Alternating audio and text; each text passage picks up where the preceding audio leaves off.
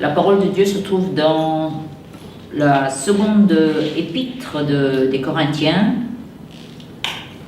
la première épître des Corinthiens, pardon, chapitre 12, versets 1 à 11. 1 Corinthiens 12, 1 à 11.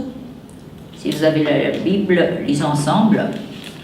Pour ce qui concerne les dons spirituels, je ne veux pas, frères, que vous soyez dans l'ignorance. Vous savez comment, quand vous étiez païens, vous étiez entraînés et dévoyés vers les idoles muettes. C'est pourquoi je vous le déclare. Nul, s'il parle par l'Esprit de Dieu, ne dit « Jésus est anathème » et nul ne peut dire « Jésus est le Seigneur », si ce n'est par le Saint-Esprit. Il y a diversité de dons, mais le même Esprit. Diversité de services, mais le même Seigneur. Diversité d'opérations, mais le même Dieu qui opère tout en tous. Or, à chacun, la manifestation de l'Esprit est donnée pour l'utilité commune. En effet, à l'un est donné par l'Esprit une parole de sagesse, à un autre une parole de connaissance selon le même Esprit, à un autre la foi par le même Esprit, à un autre des dons de guérison par le même Esprit, à un autre le don d'opérer des miracles, à un autre la prophétie, à un autre le discernement des esprits, à un autre diverses sortes de langues, à un autre l'interprétation des langues. Un seul et même esprit opère toutes ces choses, les distribuant à chacun en particulier comme il veut. Dans la série « Ce que Dieu veut », aujourd'hui, Dieu veut que l'on manifeste les dons du Saint-Esprit. Bien sûr, pour ceux qui ne connaissent pas le Saint-Esprit et qui ne l'ont pas reçu, ça doit paraître quelque chose de très vague et d'abstrait, mais c'est essentiel, car je vous le rappelle que le Saint-Esprit est descendu le jour de la Pentecôte sur les 120 fidèles réunis dans la chambre haute de Marc, et c'est ainsi que l'Église est née. Et c'est par le Saint-Esprit donc que l'Église de Jésus-Christ, l'Église du Nouveau Testament a pris naissance, et c'est le même Esprit qui descend, qui vient en chacun des croyants si on le demande. Mais à cause des doctrines qui ont affirmé que le Saint-Esprit ne descend plus et qu'il a été donné il y a 2000 ans et qu'il est descendu une fois pour toutes, et que celui qui reçoit Jésus reçoit en même temps le Saint-Esprit, qui est purement une fausseté doctrinale. Le Saint-Esprit n'a pas opéré pendant des centaines d'années jusqu'à la fin du 19e siècle, où aux États-Unis, une institutrice a commencé à parler en langue, et c'est ainsi que le mouvement pentecôtiste a commencé et s'est propagé dans le monde entier. C'est pourquoi beaucoup de chrétiens de nos jours reçoivent le Saint-Esprit et parlent en langue et manifestent aussi divers dons. Mais le Saint-Esprit est l'Esprit de Dieu, et le Saint-Esprit est une personne réelle. Simplement, il est esprit, mais il a une façon de se manifester en ceux qui lui obéissent et en ceux qui sont humbles pour suivre son guide et son opération. Et les dons apparaissent, comme vous avez lu, la manifestation du Saint-Esprit dans les croyants s'appelle les dons, et ces dons sont distribués à chacun, mais à une condition, quand justement on vit par le Saint-Esprit. Non seulement on vit sa vie spirituelle par le Saint-Esprit, mais on obéit au Saint-Esprit pour faire son œuvre, c'est-à-dire témoigner de Jésus. En effet, les dons du Saint-Esprit se manifestent lors du témoignage de Jésus. Ces dons sont donnés pour faciliter cette tâche, ce travail de témoignage. Certains se méprennent et croient que ces dons sont donnés comme des accessoires, et alors par simple avidité humaine, je voudrais avoir ce don, je voudrais avoir le don de prophétie, etc., etc. Pas du tout. Le Saint-Esprit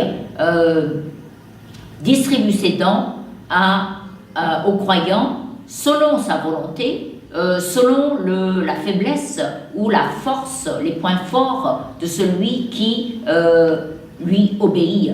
C'est-à-dire que celui qui témoigne de Jésus, et il a besoin il distribue par exemple les dons de guérison pour rendre le message plus convaincant, par exemple. Ou d'autres dons sont distribués pour faciliter la tâche du témoignage de l'Évangile. C'est pourquoi il faut demander, les dons se manifestent par le Saint-Esprit, il faut demander les dons et ne pas être satisfait parce qu'on reçoit simplement le premier don, c'est-à-dire le parler en langue. Beaucoup, par arrogance, disent « Ah, je ne veux pas recevoir le Saint-Esprit parce que je ne comprends pas » ou je n'aime pas la manière dont les autres parlent en langue ». Tout cela, c'est de l'arrogance inutile et complètement, c'est de la sottise pure vis-à-vis de Dieu. Parce que pour donner le Saint-Esprit, Jésus a dû verser son sang. C'est pourquoi il faut accepter les dons de Dieu tels quels. Regardons par exemple, pour vous éclaircir, dans 1 Corinthiens 14, il est dit, il y a une comparaison entre le don de prophétie et le don de parler en langue. Alors, beaucoup se méprennent, par exemple, verset 16, celui qui prophétise, verset 3, pardon, celui qui prophétise, au contraire, parle aux hommes, les édifie, les exhorte, les console. Ici, le don de prophétie, ce n'est pas un diseur de bonne aventure qui vous dit ce qui va vous arriver demain ou quelle décision vous devez prendre. Le don de prophétie ici désigne le ministère de la parole, c'est-à-dire le prédicateur qui prophétise sur ce qui va arriver, c'est-à-dire il prophétise sur l'avènement de Jésus, sur la résurrection, sur le royaume de Dieu à venir, sur la vie éternelle. Il ne faut pas se méprendre et demander le don de prophétie parce qu'on a envie de savoir ce qui va se passer demain ou après-demain. Non, le don de prophétie ici, dont parle Paul, c'est le don de la prédication en fait. Alors que le don du parler en langue, c'est un don commun donné à tous.